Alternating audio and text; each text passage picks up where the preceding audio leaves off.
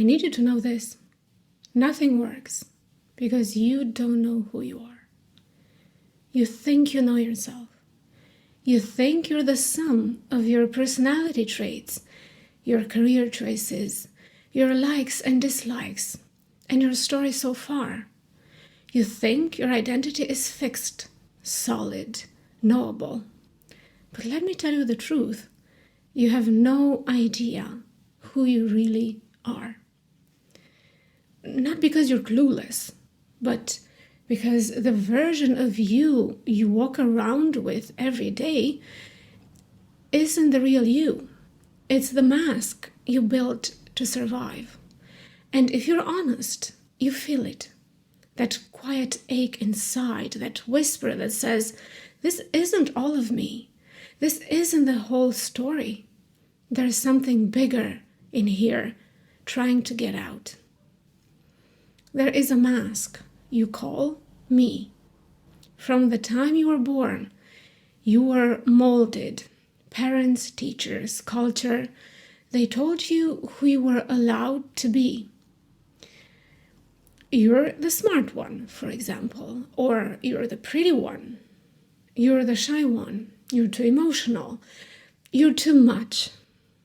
And you believed them because children don't know they're allowed to define themselves.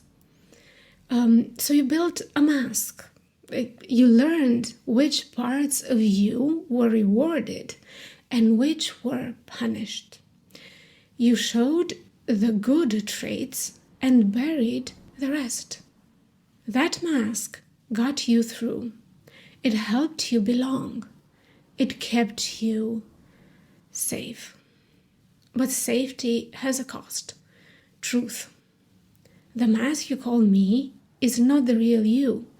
It's the edited, cropped, socially acceptable version. The real you is still waiting underneath. Society loves the phrase, know yourself, know thyself. It sounds wise, but here's the trap. If you know yourself too soon, you get stuck. At 18, you decide, I'm shy. At 25, I'm bad at relationships. At 30, I'm not creative. At 40, I failed. At 50, it's too late for me. And those labels become prisons. But the truth is, you're not any of those things. You're constantly becoming. You're shifting, growing, unfolding. And any identity you cling to is already outdated. You don't know who you really are, not yet. And that's not failure, that's freedom. Psychologists call it the false self. It's the persona you build to get love and avoid rejection. For some, it's the overachiever. For others, the caretaker, the clown, the peacemaker, the rebel. It's not fake, it's just incomplete. The false self keeps you alive. But if you never outgrow it, it becomes a cage. You forget there's more. You forget you're more. Shadow work begins when you notice the mask isn't the whole story. Think about it. How many different yous do you perform in a single day? At work, you're professional. With friends, you're funny. With family, you're dutiful. With strangers, you're polite. Which one is the real you? None of them and all of them. You're not one mask. You're many. And the more you identify with them, the further you drift from the wild, uncontained self underneath. Here's the kicker. Deep down, you do sense the real you, but you're terrified of it because the real you doesn't play by the rules. The real you is messy, it's wild, it's passionate, it's demanding. The real you might ruin relationships and quit jobs and start revolutions. The real you doesn't care about approval, and that terrifies the false self, because the false self was built to get approval. So you stay small, you stay good, you pretend you know yourself. All the while, you're hiding from your own power. Neuroscience says your brain is plastic, always changing. Your personality isn't fixed, it's a set of patterns. Jung said the self is archetypal, bigger than ego, more mysterious than identity. Mystics say the self is infinite, ungraspable. The moment you try to pin it down, it slips away. So when I tell you you have no idea who you really are, I'm not insulting you. I'm liberating you. Well, hopefully. Because the self is too vast to ever be fully known. And that means you're free to keep becoming. And maybe to become who you want to be. Here's why this matters. When you mistake your mask for yourself, you suffer. You say yes to things that drain you because I'm the helpful one. You stay in jobs that kill you because you're the responsible one. You tolerate relationships that numb you because you're the loyal one. You betray your real self over and over to stay consistent with an identity you never choose. No wonder you feel hollow. But here's the good news. The real you leaks out constantly. In those moments, you can't stop laughing, for example. You can't stop crying at beauty. When rage explodes out of you, when passion makes you reckless, that's not you losing control, that's you breaking through. That's the crack in the mask, where light and shadow pours out. Pay attention to those moments. They're clues. Here's how to meet the real you. So how do you start peeling back the mask without losing your mind? One idea, journaling. Ask, what do I pretend not to want? What do I censor before I speak? What would I do if no one judged me? Then there's shadow work.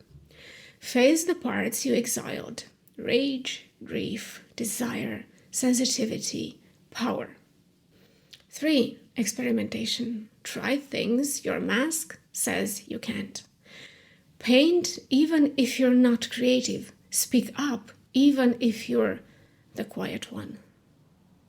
4, try solitude. Spend time without roles, without performance. See what arises when no one's watching. 5, therapy and honest friendships. People who mirror you without needing you to play a role are gold. You don't discover the real you in one breakthrough. You uncover it layer by layer. But be warned, discovering your real self hurts, because it means grieving the years you betrayed it. It means losing people who only loved your mask. It means realizing whole parts of your life were built on pretending. It hurts.